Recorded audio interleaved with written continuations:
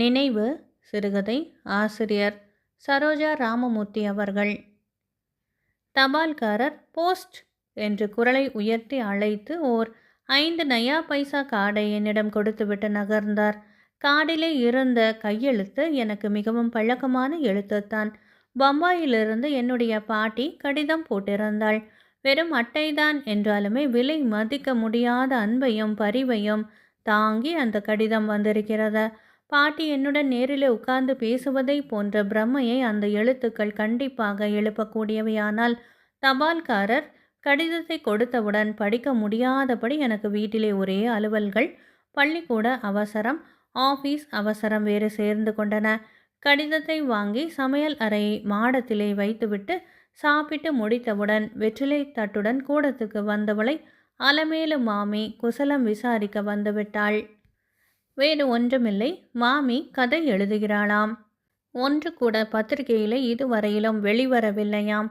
அறிந்தவர் எல்லோருமே கதைகள் நன்றாக இருப்பதாக சர்டிஃபிகேட் கொடுக்கிறார்கள்.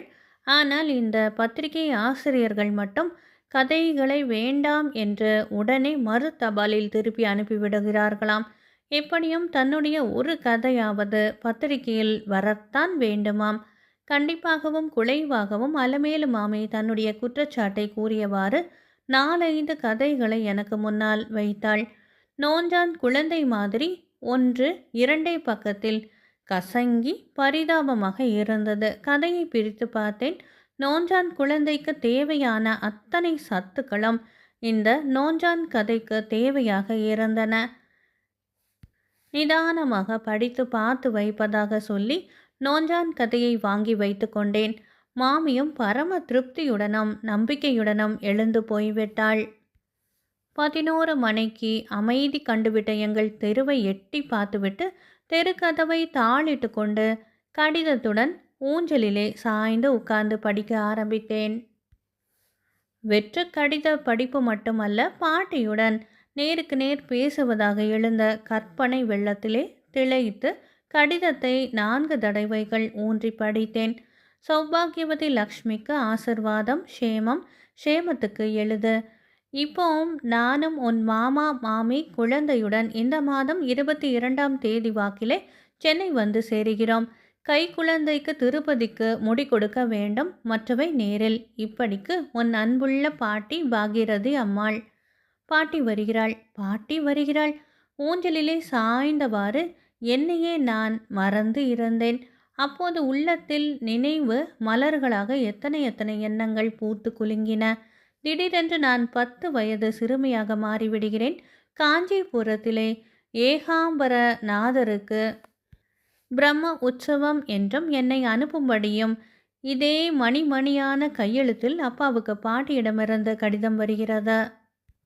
பள்ளிக்கூடம் விடுமுறை கிடையாதுதான். பங்குனியிலே திருவிழா. பரீட்சை வந்துவிடுமே என்று அம்மா வேண்டாம் என்கிறாள். நானா கேட்கிறவள்? பிடித்தால் ஒரே பிடி ஆயிற்று. எதிர்ப்புகளை சமாளித்து கொண்டு காஞ்சிக்கு போய் சேர்ந்து விடுகிறேன். இரட்டை சட்டு வீடு சந்நிதி தெருவிலே அமைந்து இருக்கிறது. தெருவிலே பெரிய தேர்கோலம் போட்டு செம்மண் பூசி இருக்கிறார்கள். வாசலில் 2 பக்கமும் பெரிய திண்ணைகள். திண்ணைக்கு கீழே பன்னீர் மரம். திண்ணையிலே உட்கார்ந்து பார்த்தாலே விண்ணை முட்டும் கோபுரம். அதன் உச்சியிலே நீல மின் விளக்கு. எதிரே 4 கால் மண்டபம். கோபுர வாயிலிருந்து தெருவை அடைத்து உயரம் நீளமுமான பந்தல்கள் போட்டிருக்கிறார்கள். பந்தலுக்குள் வளையல் கடைகள், ரிப்பன் கடைகள், மாக்கல் மரச்சொப்புகள், பிளாஸ்டிக் யுகத்துக்கு முந்தைய காலம் மரப்பாச்சிகள், கம்மர்கட்டு, வண்ண மிட்டாய்கள், அத்துடன் காஞ்சிபுரத்து மல்லிகை செண்டுகள் அடங்கிய புஷ்ப கடைகள். காலையிலும் மாலையிலும் சுவாமிக்கும் அம்பிகைக்கும் அலங்காரம் செய்வது போல எனக்கும் ராகோடி குஞ்சலங்கள் வைத்து பின்னி விடுவாள் பாட்டி. தலை நிறைய மல்லிகை மணம். கையிலே ஏகப்பட்ட காசு. ரிப்பன், பொம்மைகள், சொப்புகள் வாங்கி பைகளிலே நிறைத்து கொள்வேன். நாள் முழுவதும் பந்தலிலே சுற்றிவிட்டு விளக்கு வைத்ததோ இல்லையோ தூக்கம் கண்களை செருக வீட்டினுள் நுழைந்தவளை தலையிலே 2 கொட்டு கொட்டி தயிர் சாதத்தை வாயிலே உருட்டி அடைத்து பாட்டி தூங்கச் செய்வாள். அப்புறம் எப்பொழுது தூங்கினேன் என்பது எனக்கு தெரியாது. எங்கேயோ கனவு உலகத்தில் பேண்டும் மேளமுமாக முழங்கிக் கொண்டு டுமீல் டுமீல் என்ற சத்தத்துடன் பேரிரைச்சலாக ஏதோ வருகிறார் போல தோன்றும். சில்லென்று மூடியிருக்கும் என் இமைகளை தண்ணீரால் தடவி, லட்சுமி, லட்சுமி, சுவாமி கிளம்பி வரார் பாரு, எழுந்திருடி அசடு, உற்சவம் பார்க்க வந்தாயா, தூங்க வந்தாயா என்று பாட்டி உலுக்கி எழுப்பி விடுவாள்.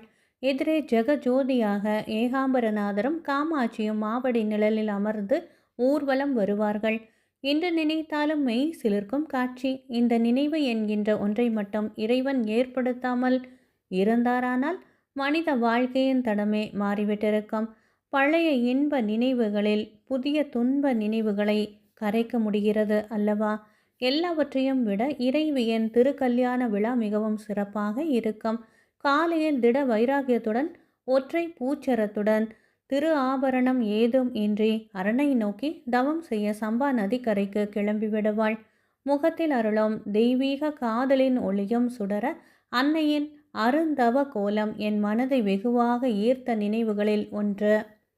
பாட்டி அன்று என்னை அந்த வயதில் இந்த அரும் காட்சியை காண அழைத்து இராவிடில் இன்று அதை எண்ணி இரும்பூதி எய்தும் வாய்ப்பை நான் கண்டிப்பாக இழந்து இருப்பேன்.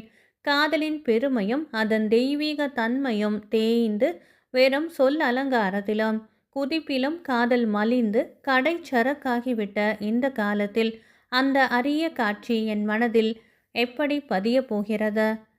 இளமையில் பதிவாகின்ற எண்ணங்களின் எதிரொலிதானே வாழ்க்கை. மறுபடியும் திருவிழா கழிந்து நான் ஊர் திரும்பியதும் பள்ளி படிப்பிலே கவனம் சென்றதை விட காஞ்சி கோவில்களில் என் எண்ணங்கள் தேங்கி நின்றன. அங்கேயே ஆண்டு முழுதும் இருக்க வேண்டும் என்கின்ற ஆசை அதற்கு விரைவிலேயே வாய்ப்பும் கிட்டியது. தாய் என்கின்ற செல்வத்தை நான் தொலைத்துவிட தாயின் இடத்திலே பாட்டி அமர்ந்து என் முகத்தை ஆதரவுடன் தடவி அணைத்து கொண்ட நினைவு எக்காலத்திலும் பசுமையானது. அந்த அணைப்பிலே அன்பு, கண்டிப்பு, கடமை ஆகிய பல சட்டதிட்டங்கள் ஊடுருவி சென்றன.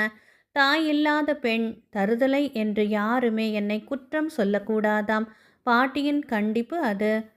வைகறை பொழுதிலே ஒரு நாள் பாட்டி என்னை அவளுடன் எழுப்பிவிட்டாள். பல் தேய்த்து முகம் கழுவி பொட்டு வைத்து திருவிளக்கை ஏற்றிவிட்டு சமையல் அறையிலே முன்னால் தோய்த்து வைத்த தயிர் ஆடையை கடைந்து வெண்ணெய் எடுக்க வேண்டும். ஆமாம், உத்தரவென்றால் உத்தரவுதான். அந்த பழக்கத்தில் இன்று கூட காலையில் கையிலே விசிறிய வெண்ணெயின் நடுவே பாட்டியின் முகம் பளிச்சென தெரிந்தது. தாழம்பூ நிறம், படிப்படியான நரைத்த கூந்தல், எடுப்பான நாசி, கண்டிப்பும் குழைவும் கொண்ட கண்கள். அவளைப் போல நான் ஒன்றும் அழகி இல்லை. அவள் என்னவோ நான் அவளைப் போல இருப்பதாக சொல்லிக்கொண்டு இருந்தாள். எங்கள் லக்ஷ்மிக்கு முகத்திலே நல்ல களை. அவளை வலிய வந்தே எவனாவது கல்யாணம் பண்ணி கொள்ளப் போகிறான். பாட்டியின் ஜோசியம் இது.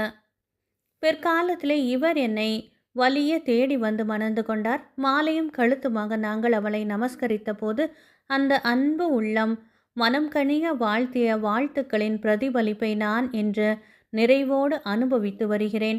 மாலையின் மகள் கிரிஜா பள்ளிக்கூடத்திலிருந்து வந்தாள். பறந்து கொண்டு சமையல் அறைக்குள் சிற்றுண்டிக்காக ஓடினாள்.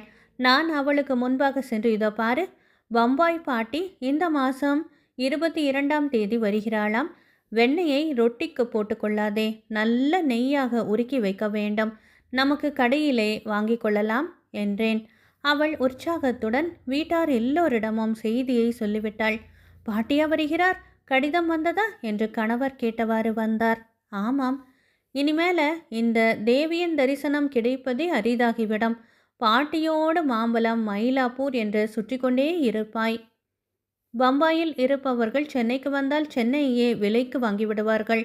பாக்குப்பொடி, காப்பி கொட்டையிலிருந்து சீகக்காய் பொடி வரையிலும் வாங்கி மூட்டை கட்டத்தான் அவர்களுக்கு பொழுது இருக்கும்.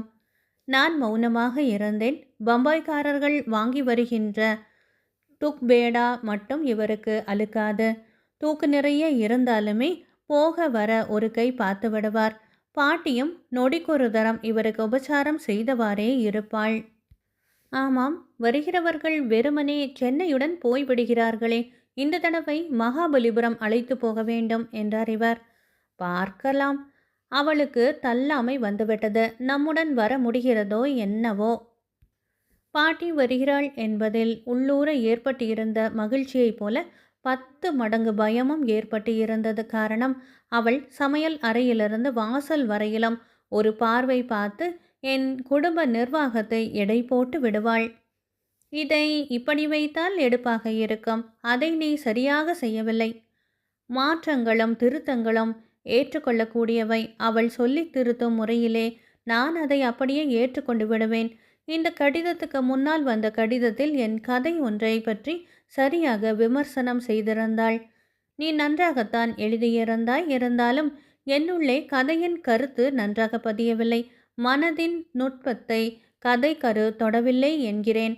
ஏதோ மேலெழுந்த வாரியாக படிப்பவர்களுக்கு பிடிக்கும், சுமார்தான். ஊரெல்லாம் ஓஹோ என்று புகழ்ந்த கதையை ஹூ என்று விட்டுவிட்டாளே உன் பாட்டி? இவர் கேட்டார். சொல்லட்டும் சொல்லட்டும், அவள் சொன்னால் சரியாகத்தான் இருக்கும். எனக்கே அந்த கதை திருப்திகரமாக இல்லை. இப்படி தைரியமாக அவளால் தான் சொல்ல முடியும். இல்லையென்றால் நீதான் ஒத்துக்கொள்வாயா? குறும்புத்தவள கேட்டு புன் சிரிப்புடன் என்னை பார்த்தார். நல்லதும் கெட்டதும் தனித்தனியாக புரிந்து கொள்ள வேண்டும் என்கின்ற வழியை அவள்தான் எனக்கு கற்றுக் கொடுத்தவள். நான் நன்றாக இல்லை என்றால் சரி என்று இருப்பாயா? நான் பதில் சொல்வதற்குள் தெருவிலே புடவைக்காரர் வந்து நிற்கிறார். பம்பாய் அம்மா எப்போ வருவாங்கம்மா?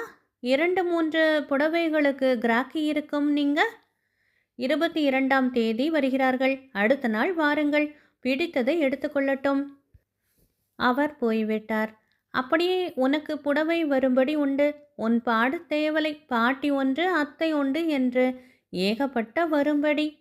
இவருக்கேன் இப்படி குமைச்சல் பீறி கொண்டு வர வேண்டும்? பாட்டி வருகிறாள் என்றால் இவருக்கு வயிற்றெரிச்சல். இவரை தான் சரியாக கவனிக்க மாட்டேனாம். பாட்டியும் பேத்தியும் ஓயாமல் பல விஷயங்களை அலசி தீர்ப்போமாம். இரவும் பகலும் நீங்கள் ஓயாமல் என்ன பேசுவீர்கள் என்று கேட்டார். இதெல்லாம் யாருக்கு நினைவிருக்கிறது? பேசி முடித்ததும் மறந்து விடுகிறது. நெஞ்செழுத்தக்காரி. நீ சொல்லாவிட்டால் போயேன்? அப்புறம் மனுஷன் 4-5 நாட்களுக்கு என்னுடன் பேசவே இல்லை. என் எதிரே ஒவ்வொரு நாளும் விடிந்து மடிந்து வந்தன. தேதித்தாள்கள் இன்னும் வேகமாக ஓட வேண்டும் என்று ஆசைப்பட்டேன். பாட்டி வருகிறாள் என்கின்ற செய்தி என் நினைவிலே எத்தனை எத்தனை ஆண்டுகளை பின்னோக்கி ஓடவிட்டன. இதயத்தின் ஆழத்திலே புதையுண்டு கிடந்த பால்ய நினைவுகளை நிழல் படம் போல கண்டு ஆனந்திக்கும் வாய்ப்பை ஒரு கடிதம் ஏற்படுத்திவிட்டது. அன்று 22ஆம் தேதி விடிந்து எழுந்ததும் கண்களை கசக்கி விட்டு கொண்டு தேதித்தாளை பார்த்தேன். அதிலே 21 என்று இருந்தது. வேண்டுமென்றே இவர் என்னை பார்த்து சிரித்தவாறு தாளை கிழித்தெறிந்தார். நான் எதிர்நோக்கிய 22 என் கண்கள் முன்பாக மினுக்கி நின்றது. மாலை 6 மணிக்கு பம்பாய் எக்ஸ்பிரஸ் வருகிறது. வெந்நீர் போட வேண்டும். சுட சுட சமைக்க வேண்டும். விருந்தாளிகளை வரவேற்கும் முறையில் எல்லாமே ஒழுங்காக இருக்க வேண்டும். வேலைகளை முடித்துக்கொண்டு கூடத்திலே கடிகாரத்தை எட்டி பார்த்தேன். 5:30 ஆகியிருந்தது. இன்னும் குறைந்தது 1.5 மணி நேரமாவது அவர்கள் வருவதற்கு ஆகலாம். நேரம் நெருங்க நெருங்க என்னுள்ளே ஒரு பரபரப்பு. கணவர் சென்ட்ரலுக்கு போக டாக்ஸி அழைத்து வருவதாக சொல்லியிருந்தார். தெருவிலே டாக்ஸியும் வந்து நின்றது. நான் உடுத்தி கொண்டு வாசலுக்கு வந்ததும் தெரு கோடியில் சைக்கிள்களில் தந்திக்காரர் வருகிறாரே, யார் வீட்டுக்கோ என்று தயங்கினேன். நேராக அவர் எங்கள் வீட்டுக்குத்தான் வந்தார். கணவர் கையெழுத்திட்டு வாங்கி தந்தியை பிரித்து படிக்கும்போது அவர் முகமும் கைகளும் லேசாக சிவந்து நடுங்கின. என்ன? ஒன்றுமில்லை, உள்ளே போகலாம். ஒன்றுமில்லை என்கின்ற சொல்லுக்குள்ளே விரும்பத்தகாத ரகசியம் ஒளிந்து இருக்குமோ என்னவோ. இங்கே வா, இப்படி தைரியமா இரு. நேற்று பகல் உன் பாட்டி மாரடைப்பால் காலமாகிவிட்டாள். என்ன என்ன? தந்தியை நடுங்கும் என் விரல்களால் பிரித்தபடியாக கேட்டு ஊடுருவி பார்த்தேன். தவறாக இருக்குமோ? வேறு யாருக்காவது வந்த தந்தியோ என்கின்ற நப்பாசை எனக்கு.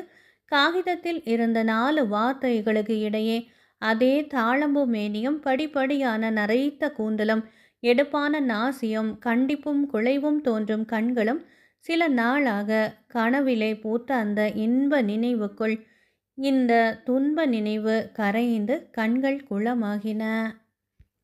அன்பானவர்களே, சரோஜா ராமமூர்த்தி அவர்கள் எழுதிய நினைவு சிறுகதை நிறைவு பெற்றது. நன்றி.